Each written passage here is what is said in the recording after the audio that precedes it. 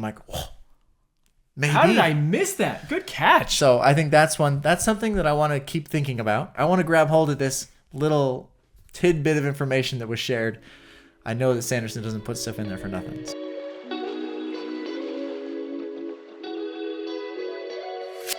We are reading Oathbringer, Book 3 in the Stormlight Archive. We are preparing for the release of Wind and Truth. Dragonsteel Nexus 2024 is right around the corner. It came up, honestly, surprisingly fast. Yeah, so fast. I'm so excited. We only have a short amount of time to do these reread videos. We're reading Oathbringer right now, Book 3. This video is going to be part 1, which is a read-along, similar to what we did for the first 2 books in the series. So if you haven't yet caught yourself up to making sure you're ready for Dragonsteel, do the read along with us. Each part we're going to do one of these videos and talk about our reactions, our thoughts on all these cool scenes, the craziness. We have some fun discussions along the ways, and we're excited to have you join us. Yeah, it's a blast. So we are the everyday Brandon Sanderson readers. If you haven't been with us before, we take the perspective of just like your everyday fan, right? Yep. So there are people out there who go deep into everything. We love the 17th shards. We watch those videos all the time, but I just, it must be me because I cannot internalize all of that information about an entire world. Yes. I mean, it's good, and I do consume that information sometimes, Totally. but it's fun to just relax and talk about the books kind of like just your average fan. This is the fun discussion version of the reviews and reactions. So should we dive right into it? Yeah, let's go right into it. Like I said, we're going to have a blast. That's the goal of this thing. And so first off, this book gets us back into the swing of things. We just finished the last book. The last book is Kaladin has that epic battle with the assassin in white. He's flying around now, and then people like Lopin are growing arms back. It's just great. It's just great. But now we start this book, and we are at the very beginning, back at the death of Gavilar, the King of Gavilar. So I think that, what does they say, like 7 or 8 years ago at the beginning of So the pattern has been very adequately established at this point. Every book has started with a different person's perspective of that exact same scene. I know. Honestly, I think it was an all-time YouTube comment that I saw from someone. And they said, like, I'm calling it right now. We're going to get to book 10 of this, and we're going to see this story from the perspective of Gavilar's horse. So, just get everyone's perspective out there. And Yeah, you get to a point where you've seen it all. You know, everyone's thoughts. Yeah, no, everyone's thoughts on this thing. So it's good. Kind of gives me a little bit of vibes. I don't know if you've seen the movie... I can't remember. It's not. What's it about? Valkyrie. Give me a Vantage hint. Point. Yes, So I have. You have it. It was an old movie, but they did this scene of where the president gets shot. He's getting assassinated, and they're in like another country or something. And then it gets to the point right when he gets shot, or right when an explosion happens, or something like that. No, he's not shot. I think it was an explosion. And then it stops, and then rewinds everything, and goes to a different perspective. And whenever I read these scenes, I'm like, that makes that's sense. Vantage Point. We're watching Vantage Point, and I love it. I think it's a cool perspective. So it is pretty cool. I will say this is probably my least favorite like perspective telling, but it's interesting. It's interesting because it's Really? it's flipping it to now the people that actually killed Gavilar. Like, what did they think about it? Why were they doing it? It gives a little more of their motivations. Well, cool. That's for me why it made it so interesting. What made it not interesting for you? I don't know. I personally am just so much more invested in the storylines of like the Alethi people than the like the Parshmen and the Voidbringers and all that. I don't even know why. But even the interludes and stuff, I'm just like, oh, it's just not as exciting. Yeah. For me, it's just that way. I can't wrap my mind around why though. No, I kind of feel the same way. Although this one was interesting for me because it starts bringing in a lot of intrigue. This is from the perspective of Eshonai, and she runs across Gavilar, and you're starting to hear from what Gavilar was kind of doing immediately before this. He's not even at the party at the moment, which is fascinating. Like he's just in like kind of like an office. Well, they're in the back room trying to figure out how they're going to continue working together. Because that's what Gavilar's been working on. Like, try and get them to work together. Yeah. Oh, look at all these things. But there's no other Parshmen there. It's just her. They had met previously. Oh, right before that? Yeah, so like she would pass them or something, or maybe the opposite. But I know she had mentioned that they had been talking and planning and all this stuff in the back room.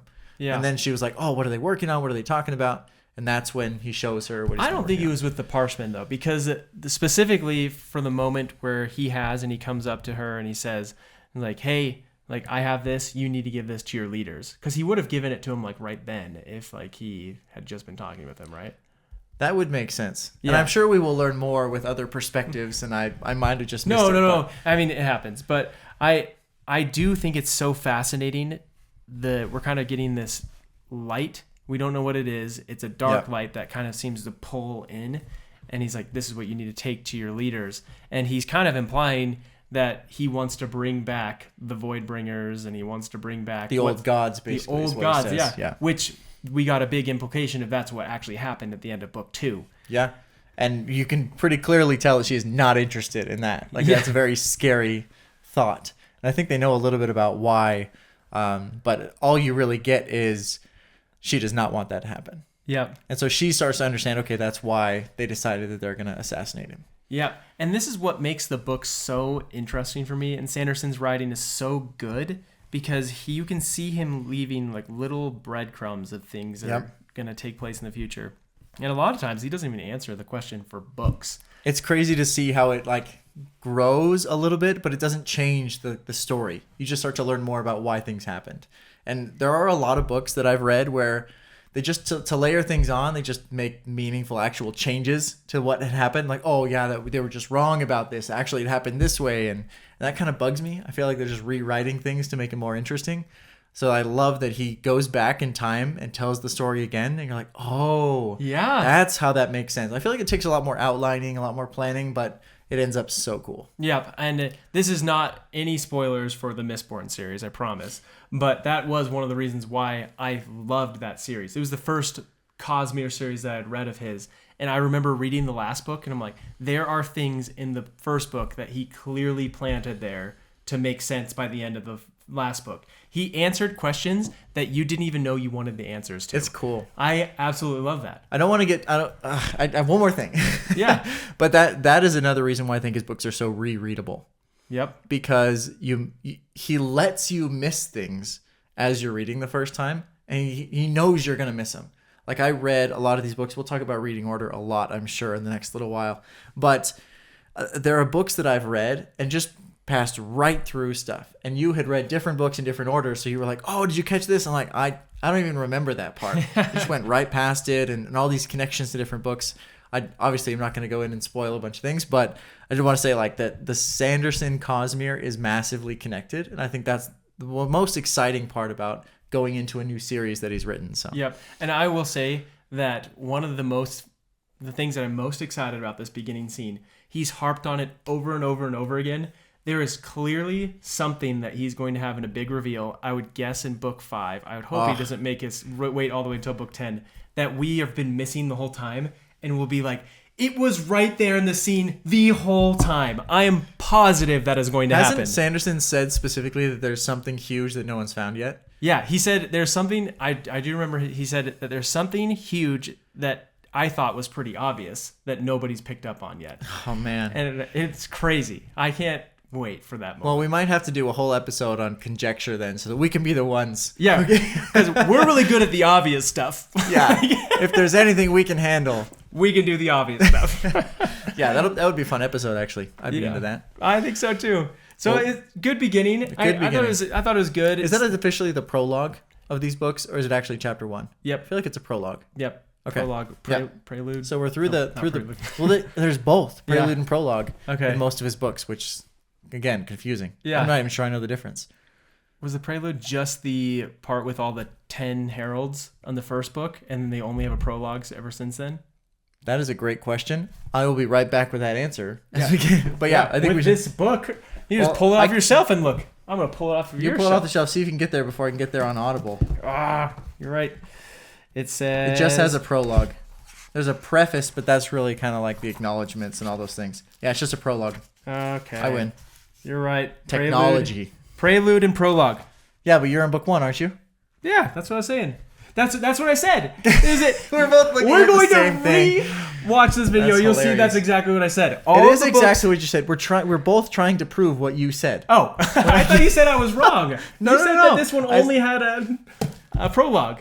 The third book only had a prologue. I'm like, yes, That's what I was guessing. Okay, then yes, you were absolutely right. I think I was trying to prove the same thing. That we were like, yeah, okay, well the first one has it, but the other one doesn't, and I just don't understand what they mean. But anyway, now here we know. are. Now we know. Now you know. If you didn't know that a second ago, you are now aware. So you're welcome. Yep, knowledge. The obvious stuff. Boom. That's us. I love it.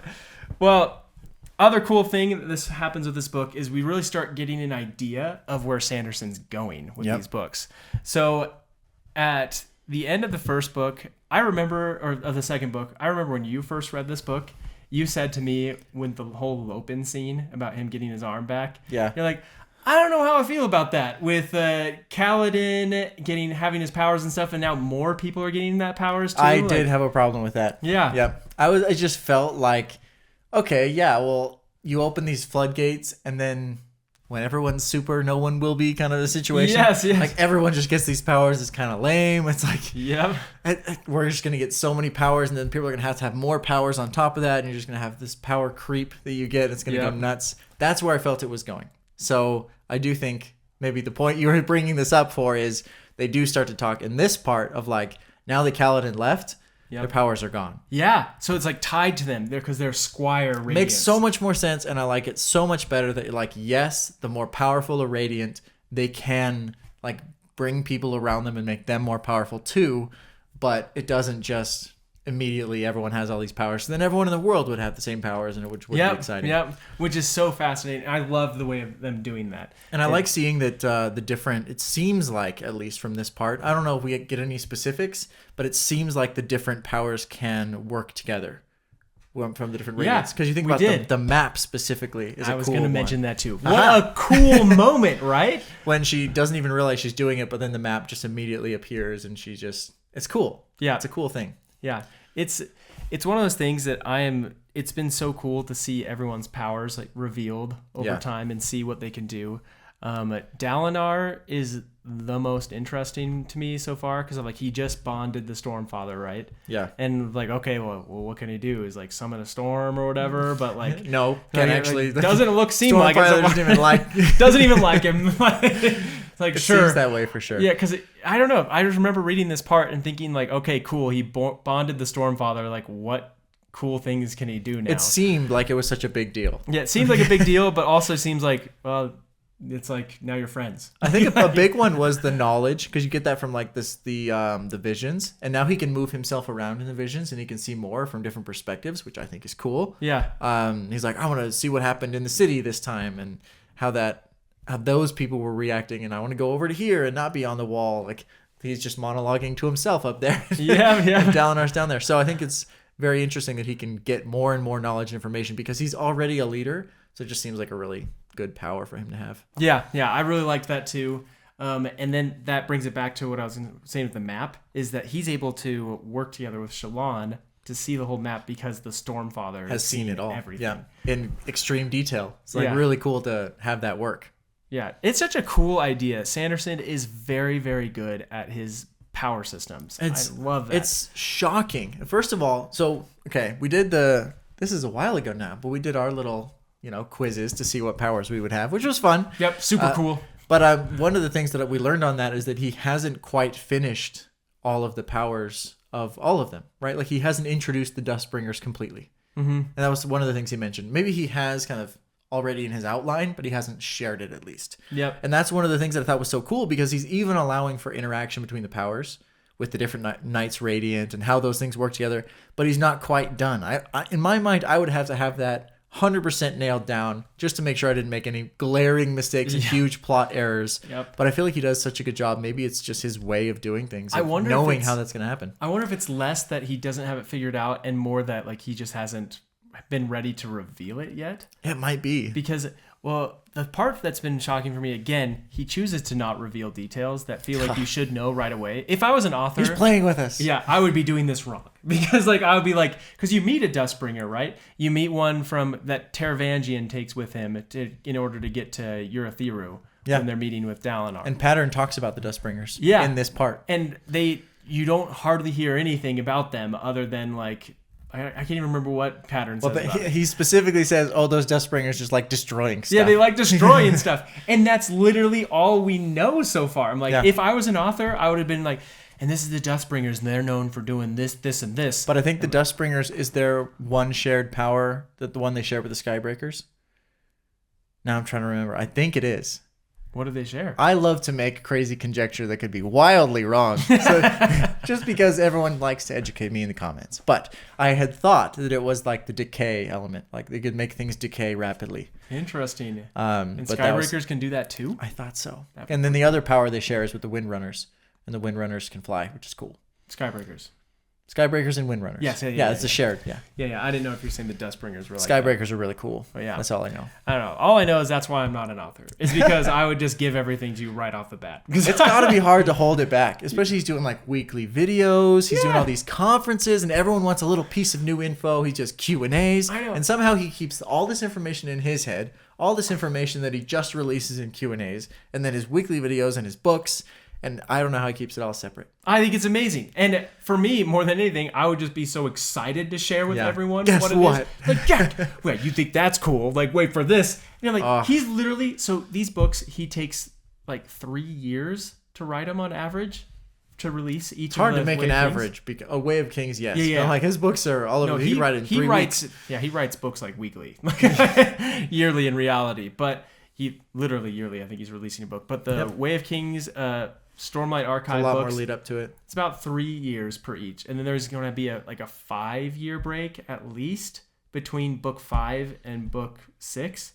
So what are we looking at? Gap. That's like 30 years, if not 35 years, to write all of these books. And he's holding information for 30 years to reveal at the end. That's what I'm saying. Can you imagine doing that? No, absolutely not. Yeah, like, that would just be crazy. You get a new piece of information, you're like, gotta share this with somebody. I know, I gotta tell someone. I'm sure his wife knows. Actually, I've heard that his wife knows a lot, but she tries to you can hold back a lot of this information because I don't want to know yet either. Like, I want to be surprised. Crazy. But sometimes she does ask random questions. From what I hear, it's just like, what happens with this? And then he'll tell him. I wonder how, because everyone is so different about that. I mentioned this on the podcast before, but my wife is all about so how does that end? Or how does that resolve? Like right at the beginning of a movie or right at the beginning of a book. And she's like, oh, I'm just curious. I need to know what goes with this or what happens with this. And she actually wants to know. I just can't actively be spoiled as she's reading the book. I cannot fathom doing She's read multiple books starting with the last chapter. I know several people who do that. Yeah. I have a nephew of mine. He will read the very last page of a book first.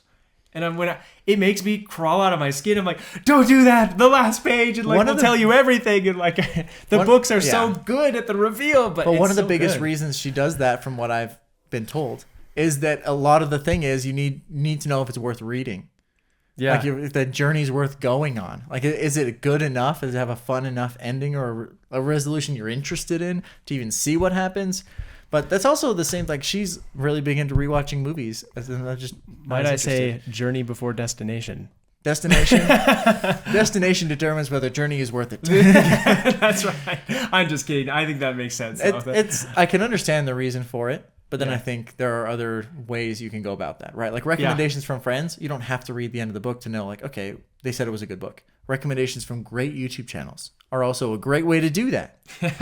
So I'd say so too. So we've got lots of recommendations from some other books that we started reading. So 100%. And we have a lot more Oathbringer to get to. That would be great. Okay, so a question that I had, and as I was reading kind of this whole part, we have 2 readers, and we've had 2 readers of this book throughout Stormlight Archive. You're talking about Michael Kramer and Kate Reading, right? Kate Reading or Reading? It's got to be Reading. Come on. She reads books for a living. I know.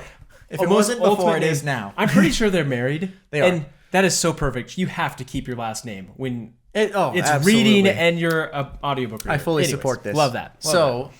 My question is this. I noticed it first with Lopin's voice. Do you think they practice with each other to get the voices that only one of them has previously read in the first books quite right? Because now, at the beginning, we had Bridge 4 over here, and then Shallan, Adolin, all this stuff. They were very separate. So in Shallan's story, you didn't get Bridge 4. In Bridge 4's story, you didn't get Shallan. Okay, but now they share things. So in Shallan's telling of a story, you get voices that only used to happen when Michael Kramer was reading the book. Yep. So do you think they practice with each other to get the voices the same? That's my question. I would guess no, but it seems like you have more information on this. I don't have more information, but I have my thoughts. So. Yeah, I want to hear your thoughts. Honestly, here's my thoughts on this. I think that Kate Redding does a great job on the female voices, and Michael Kramer does a great job on the male voices. When they do the opposite voices of each other, I struggle very hard with that. Especially when Kate Redding does the voice of Adolin. He kind of sounds like a dope. like I don't know. Like kind of talking. But it's just because she's trying to do a low voice, and it makes sense. And I can accept it, but I'm always trying to hear Michael Kramer's voice in my head when she's reading, and I'm trying to like do a voiceover in my head. Different. And then I kind of do the opposite when it's Michael Kramer for Kate Redding. Like it'd be I almost wonder if the books would be better if they read not like chapters at a time, but like had different characters that they jumped. Ooh, it's hard. It's so hard to do. Now you're starting to get into graphic audio stuff, yeah. That you have thoughts on that. I am not a graphic audio fan. No. Maybe someday I'll get there, but it is so tough for me. Like I am, and if anyone recommends a graphic audiobook, I'm probably not going to listen to it. It's painful for me. But anyway, I think my theory is that yes, they do practice. I think this is one of the most important things for an audiobook reader is to be able to get a consistent voice. Yep. It doesn't have to be perfect voice. Obviously better if it is, but it has to be consistent. And I have read books where they kind of mess that up a little bit, where like a little bit of a different accent here or there in different parts of the book. It really throws you off. But I do think they practice. They can correct us if we're wrong. Maybe we'll get to see them at Dragonsteel because we'll be there. If they're there, they'll be the coolest. They'll be there. Totally. I would love that. I mean, they're probably going to they should do a live reading of the 5th book, at least the beginning. I think that'd be the coolest thing ever. Oh my gosh. How cool would that be? I think it'd be cool. I would. That would be the best. But I do think they practice, and I do agree that it is difficult sometimes to hear like the switch when it's not quite right and you're kind of expecting the style from the other person. But I think they do a really good job, and I do think they practice. So we'll have to confirm whether that's true or not. If anyone knows, let us know. But so are you a fan of both of them? Do you have the same issue that I do? I don't think it would be better doing it that way. Yep. So I am okay with it in the fact that I think this is the best way to do it. Okay, cool. Yep. Cool. Are you bothered by their voices? Sometimes it'll throw me off. Yeah. But for the most part, I do the same thing as you. Yeah. I kind of like transform it in my mind a little bit to go what I'm expecting to hear. Yeah. So it's not unbearable by any stretch. Yeah. Cool. Well, I like it. Next part that this book starts to do is dive into Dalinar's backstory. And Dalinar's backstory, I have loved it so far. Probably my favorite backstory yet from the series. He is just fascinating. The story starts where it just kind of shows like 30 years earlier. It's something like that. Yeah, something it's a long time. Crazy. And it shows him going through war and trying to unite Alethkar all together under all those high princes and under Gavilar. But the whole story about him getting, I think, shot by an arrow, or he shoots right next to him or something like that. I think he shot multiple times or something. By this guy who is forever far away. Yeah. And instead of like, we need to kill that guy, he goes over and recruits him. He's like, I need this guy. Coolest story ever, right? Yeah. Oh, yeah. I love that. So I just love seeing all that. And actually, I think who is it? Is it Attila the Hun who is the crazy guy, like conqueror across crazy. Asia? He's the conqueror across Asia. Yeah, I think he Brandon Sanderson, if I remember right, has based a lot of Dalinar off of Attila the Hun. Oof, I hope not. Yeah, I know, being brutal, like brutal background and growing up. And there's a story, if I'm remembering it's the right guy, of Attila the Hun doing something very, very similar to this. And this is where he got the story from. That's that crazy. He was almost killed by someone and thought, like, I need this guy on my elite team because he seems elite. I do like that he brings all of these, like, superhuman abilities around him to create his elites. And he's just like, I'm the best at what I do. He's the Blackthorn. He's the best warrior that exists in Alethkar. And everyone knows that. I think that's kind of cool. His reputation is massive. But then he does surround himself with the best of the best. And they're willing to follow him because he's so intense. Yep. And they know that he's just... Very cool. Yeah, he loves his craft, right? Oh, yeah. His craft is war. Yeah, his war is... Yeah. And that's all he wants to do. He's like, I don't want to be in meetings. Yeah. I have to be in war. I just love those stories because it really shows you how intense he actually was. Because of the first and second book, like we get the whole story of him like, I'm just trying to unite everyone. Like, you hear temperate about version. the Blackthorn and stuff, but now you're like, oh, the Blackthorn was like actually legit. He was Like, crazy. You did not mess with that dude. Like, Yeah. The other story that really hit that for me was the story of him walking out into the high storm when he is at the dinner with the other nation. They're trying to do a deal with him. Yeah. And then he doesn't have a knife for the food to cut his steak.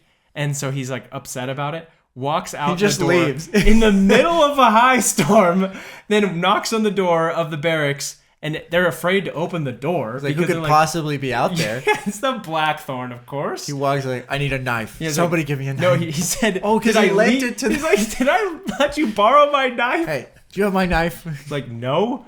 And he's all upset, walks back to the dinner. Everyone's just staring at him like jaw dropped, like, what in the world just happened? He's not afraid of anything. It's pretty obvious. Love that. And then they're like, dude, you just walked in a high storm. He's like, I needed a knife. Like, look, I need this. And the way he gets the knife is Yes! even better. Yes. So the assassination attempt, Gavilar, no big deal. He's still just wanting to eat his steak at the I know. And he's like, oh, an assassin, boom, blocked, spin around, kill the assassin. Assassin's dead by his own knife. Yep. Now he has a knife, takes the knife out, cleans it, finishes, eats his meal, his steak with the knife that was from the assassin he just killed. Yep. Still on the floor, dead, bleeding out. Insanity. But yeah, that's just everyone at the party is, I'm thinking, like, shocked, but also kind of like, Makes sense. Yeah. All the rumors are true. This guy is intense. Yeah, he definitely lives up to his reputation on many occasions in the beginning of the book. So. Yeah, I think that story probably explains who the Blackthorn is, like, more than most. So, absolutely. Yeah, I like that a lot. Then the final part of that is when down how he gets his Shardblade.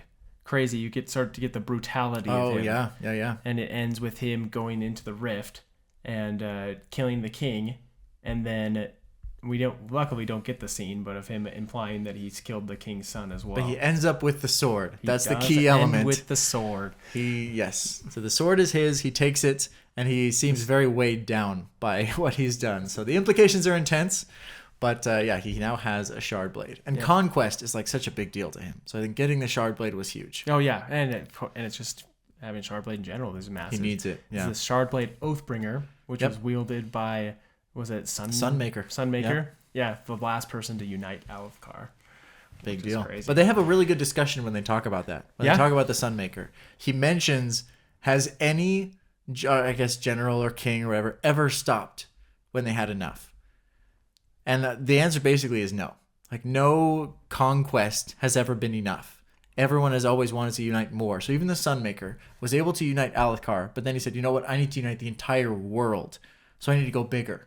Yeah. Like, it's not enough to just have every nation on this continent. I need to go bigger. And that's when he fell. Yep. And that's what makes you wonder if his motives were truly to unite and it was more to conquer and have power. And most of the time, I feel like even if they start with good intentions, they don't end that way. No. So very interesting. But I do think if it had been left to the Blackthorn or Dalinar, Conquest would have been the name of the game. Oh yeah. So I think Gavilar was an important part of that. I completely agree. Yeah. So fascinating stuff. Love that backstory. It's cool. Yeah, I love it. I think it's interesting. Better than the Kaladin one. I think the Kaladin one is really good. The Kaladin one's important. Not as intense though. Yeah. Not as action heavy. And then the parts of the Kaladin backstory where it talks about him and his team and how he got to be where he was with the brands and everything. One of the most jaw-dropping parts of the stories. But yeah, it definitely beats the Shallan backstories for me. Neither of us are huge fans of the Shallan backstories. I know, they were long and like hard, but anyways. So, yeah, crazy stuff there. So it's interesting as we kind of branch toward the other storylines. The first two books I feel like were very much like Kaladin's story, Shallan's story, maybe a little bit of like Adolin here and there. Yep. But I feel like we've really officially split in Oathbringer to like four very distinct, I guess, points of view. Mm-hmm. But it's so much more than before. Yeah. So you have to keep a lot more straight. It's like Dalinar is his own unique point of view. We have Kaladin, obviously. Now we have Shallan. I think Adolin / Renarin maybe get their own like segment would you consider there to be 4? Maybe just 3? Yeah, you get. But I feel like there's more. There's definitely more. We haven't gotten a Renarin one yet, and that. I'm just saying that those 2 of them kind of have like a lot of the story. Well, it just like reminds me of that Renarin. Like every single time we get him, I just like get he a weird seems like vibe. one of the most interesting stories. Yeah. Like I am so fascinated to learn more about what in the world is going on with him. I feel like that's another one of those Sanderson secrets that he's just leaving out for us to just know, like to know nothing. Yeah, you don't get a lot of information from him at all, and a lot of times the information you would have gotten from him, you get from a different character. Then you realize he knew about it all along. I'm thinking about like the Shardblade and the screams, like when they hold the Shardblade. Yeah. Like Renarin was dealing with that whole time, and we never knew what was wrong with him, what was going on, but like it had been happening, and we finally learned about that from Kaladin and from others. Like he's just so shrouded in secrecy that we don't even learn new information about the plot from his storyline. So interesting. But anyway, so I'm just saying we are dividing into a lot more points of view at this point. Yep. Who do you want to go into next? Yeah, just Kaladin. We got to talk about him. Big stuff. What did you think about his whole experience of meeting his family again? I thought it was big. As I go back, I actually have a question in here too for you about this part. But specifically, I think Kaladin's storyline has weakened in Oathbringer. Really? Yes. I think there's less implications. I would agree that it's weakened, but I still enjoy that it. specific scene is great. Yeah. But I'm saying overall, like the part 1, Kaladin's contributions to it are very minimal. Yeah. Understandable. But it's kind of too bad because he's so intense in Words of Radiance. Yep. But you're talking about him visiting his town, seeing his like home. Everything is different. Yep. And you start to wonder, like, is the town different or is he just a completely different person? Yeah. Well, what's crazy is we're getting the moment that we all kind of wanted and that he wanted. He wanted to leave his town and come back with a Shardblade as a war hero. Yeah. And come back, and we get that moment. But it's way different than he could have ever imagined it being. Oh, yeah. Than we even expected. I think him seeing Laurel again was like crazy because she's like, I'm like so over you kind of thing. Yeah, so over you. You're like, I'm happy with this super old guy. Everything's fine. Rashon. Like you're just a guest here. Like get out of here. Gross. It was weird. It was definitely weird, but you also kind of get the sense that his story is not the only story here. Like he's not the main character of everyone's story. Yeah. Like they dealt with probably a ton of struggles and issues and complexities over these years while Kaladin's been gone. And they dealt with it and they figured it out, and they've grown also into different positions in the town and to different people. It's crazy to see, but it's nice to know that like there's more to this story. Like the characters that we have left for a time with Sanderson have still grown in their own right and changed in their own right. Some for the better, some for the worse. But it's nice that it's not one of those where like you come back and it's like nothing is like these people are exactly the same. They stay completely stagnant all the time. And you just kind of visit them every so often from the main character plot. So yeah, I totally love that.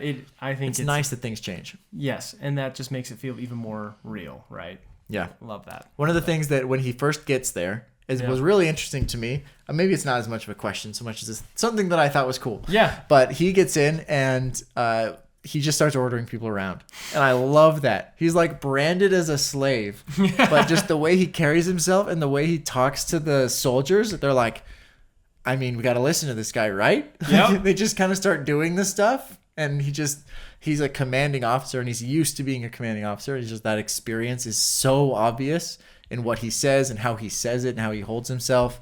I call back to a lot of like Words of Radiance, Yasna, and all those words. Yes, like, I was going to say the same thing. All you have to do is like you need to be there and say, I am supposed to be here. This is what I'm supposed to be doing, and I'm in charge here. That gets you 90% of the way. Yeah. And I think that's interesting. It shows a lot of his poise and how different it was from when he was there before. And he was a lot more like he was taught to be a little bit more maybe meek and like, okay, you just kind of do your part in society and you live life that way. Yeah, I thought that was fascinating too. It was cool. I thought it was fun. It was just fun to see him order people around that were clearly Rashon's people. Even Rashon, he was like, you're just not the boss anymore. Right. And then the moment when he lifts in the air with Stormlight and it literally says, so he lifts in the air with the Stormlight and the expressions in the room ranged from adoring to terrified. Kaladin found his father's face. Liren's jaw had dropped. And Hasina clutched her infant child in her arms, and her expression was one of pure delight, an awe-spren bursting around her head in a blue ring.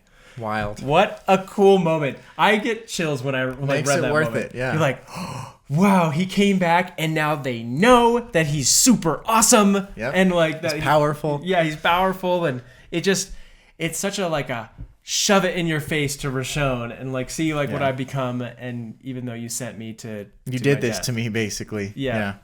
So very, very fun moment. Do you feel for Rashon at all? No. It's like he's just I feel like I should. Time. Maybe I don't know. They do a really good job at just making you really dislike Rashon. Yeah. Like I can understand it where stems he's from coming bad choices. He made terrible choices, and like with all the people, Moesh's family and stuff, that obviously gets it wrong, and then lives with that to turn his life basically terrible from then on. The whole town just has a gloomy feel in the book. Like I just think about rain and dark and like gloomy. Aren't they the ones with the gloom spren?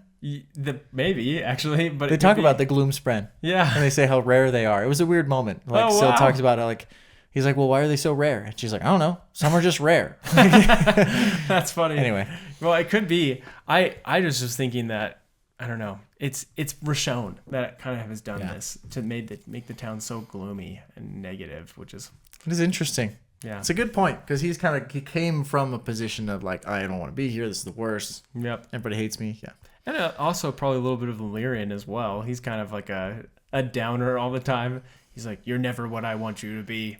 And just like so upset with his son. Like he disappointed in his son for having the Shardblade. Every so often I'll get like a moment of maybe there's so much more to Lirin than we realize. Yeah. Like that's something that like I'm keeping there hidden in the back pocket of, if it ever happens, I'll be like, I wasn't surprised. Yeah. Because there just might be so much more to his history than we realize. Like what Lirin has done, who he is, maybe. Interesting. I don't know. I didn't even think about Lirin's history. That's a good But there might be some interesting tidbits there that we learn later down the road. What Lirin is and what he's done and who he is could be interesting. Maybe he's a herald. Wouldn't that be something? That would be wild. I don't know if that connects very well. He's not crazy, so he's not a herald. No, I mean there's got to be something there. The way it's written sometimes, especially with like you mentioned, like his reactions to things just don't feel the way they should. Even that, like when Kaladin's flying, he's just like, ugh. You're like, dude, he has a Shardblade, and he's just like, I can't believe you killed people. I know. He was in war. What were you expecting? What did you want from him? He just seems so constantly disappointed. I think that he just plays the role of disappointed father. Like, could be. I just want there to be more. I know. Come on. Maybe. Who knows? But Kaladin's story, I think that peaks Kaladin's story for me. So we have to continue with Shallan because she, I think, might have the most plot relevant segments. Oh, true. Of the first part of the book. So it's kind of fun that we ended there. And it will probably carry us well into our classic top 5 of the book.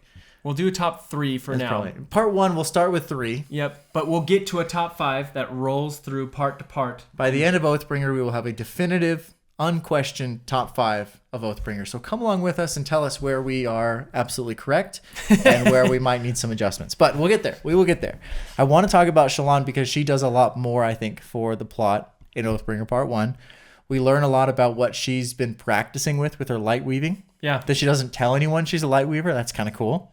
And then I think most of my excitement came from the end. She's been kind of tracking this, someone's murdering a bunch of people in the town. And she's like, go investigate that. Figure out what's going on. That's when I think, and you might have corrected me if I'm wrong here, that's when I think Vale really is created. Like she had been used before, but I think this is when she becomes like, now I can use her to go investigate things. Am I wrong on that? I think it's the first time we see her in this book. She uses Vale several times in the last book to talk with the Ghostbloods. Yeah. But I think she's using it more and more as like a personality. It's like an actual person, like she can. I would agree with that. This person. Yeah, and you see this happen with when she creates Radiant. As well. Yes. So I think the reason that I'm thinking that is because before it was she had to look like Vale to trick people into thinking she was Vale. Yeah. Whereas now no one knows Vale. She's just using Vale to like be more aggressive, be more street intense. Smart, basically. Yeah. That's where I'm at. I remember getting to this part with her creating Radiant.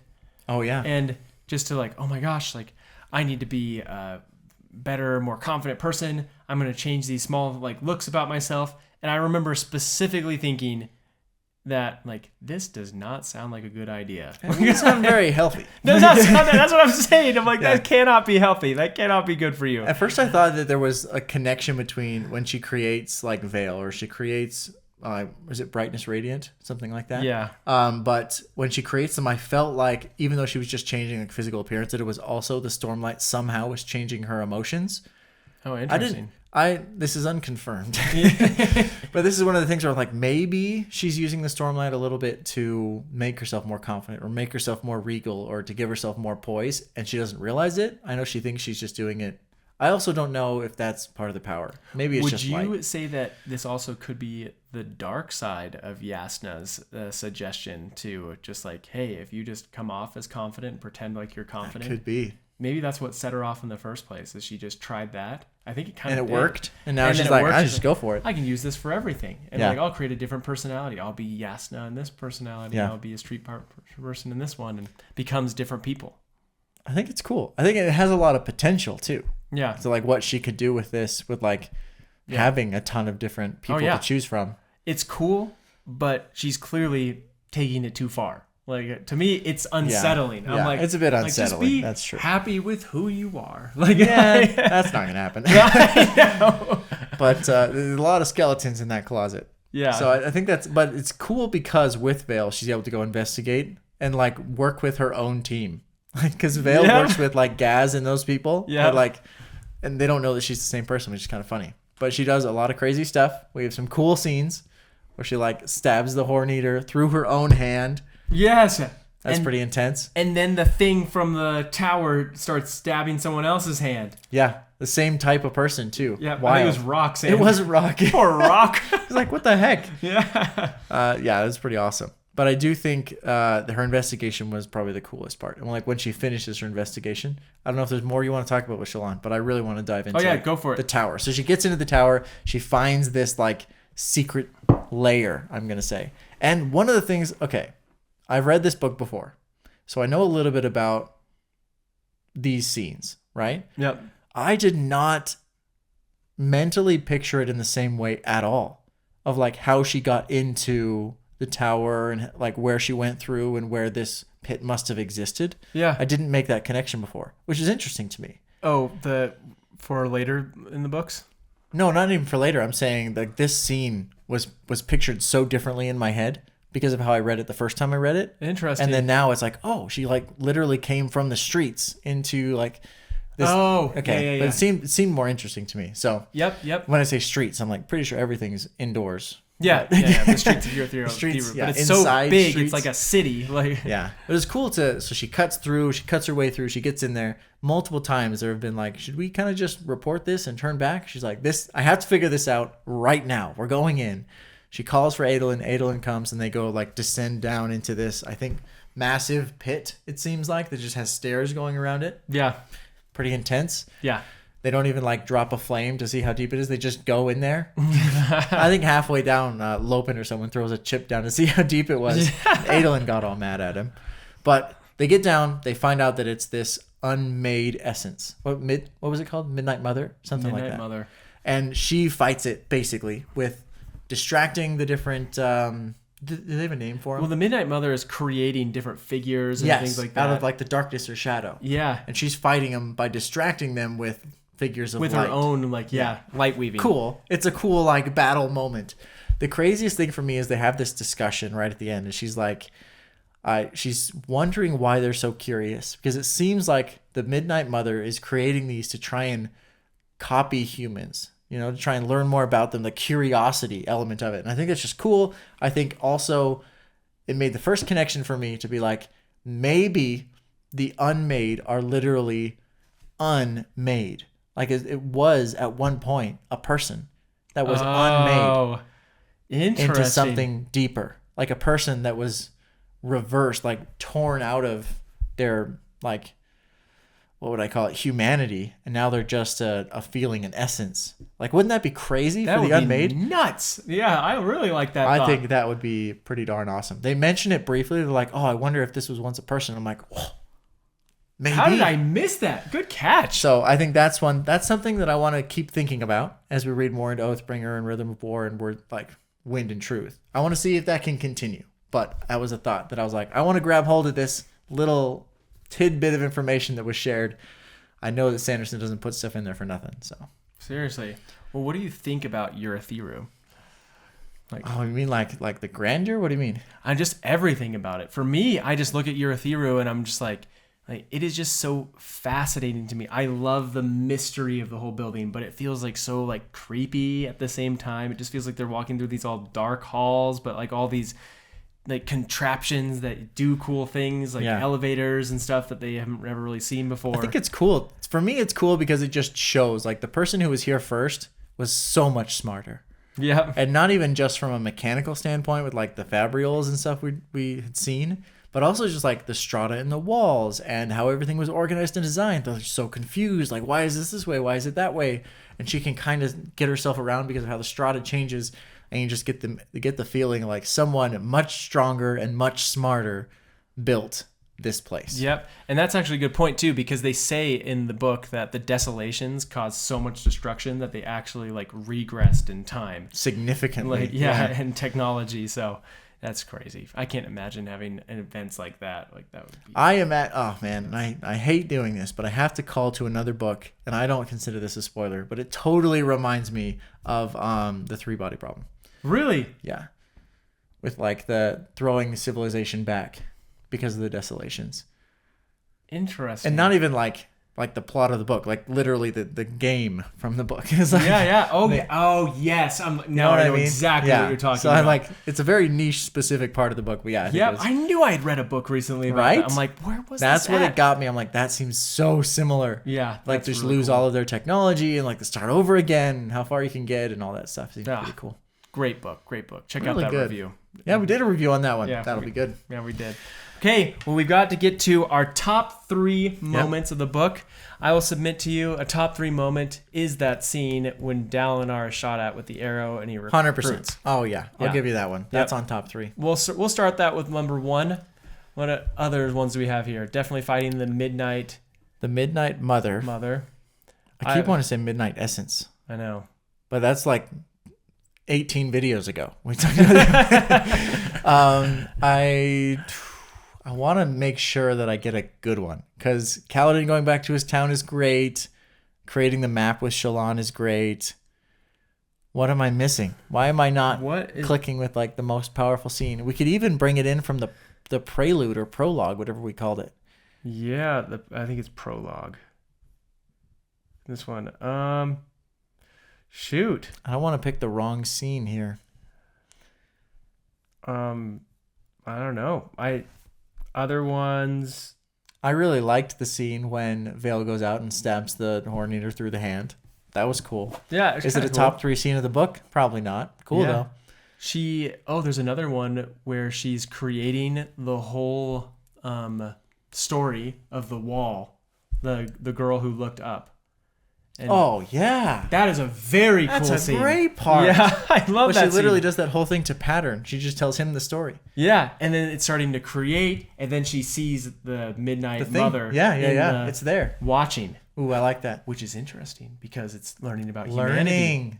Oh. Fascinating. We're all over this analysis. Wow. Unbelievable. Man, that's making that part rise higher and higher for me on like how good I would accept that. Maybe as like a 3. Yeah. But I think that's a solid part. Okay, cool. So number 1, Midnight Essence or Dalinar? Dalinar. Yeah. I think that scene, it's just so cool. You're learning about how cool Dalinar is. Then we'll go the battle with the Midnight Mother. Yeah.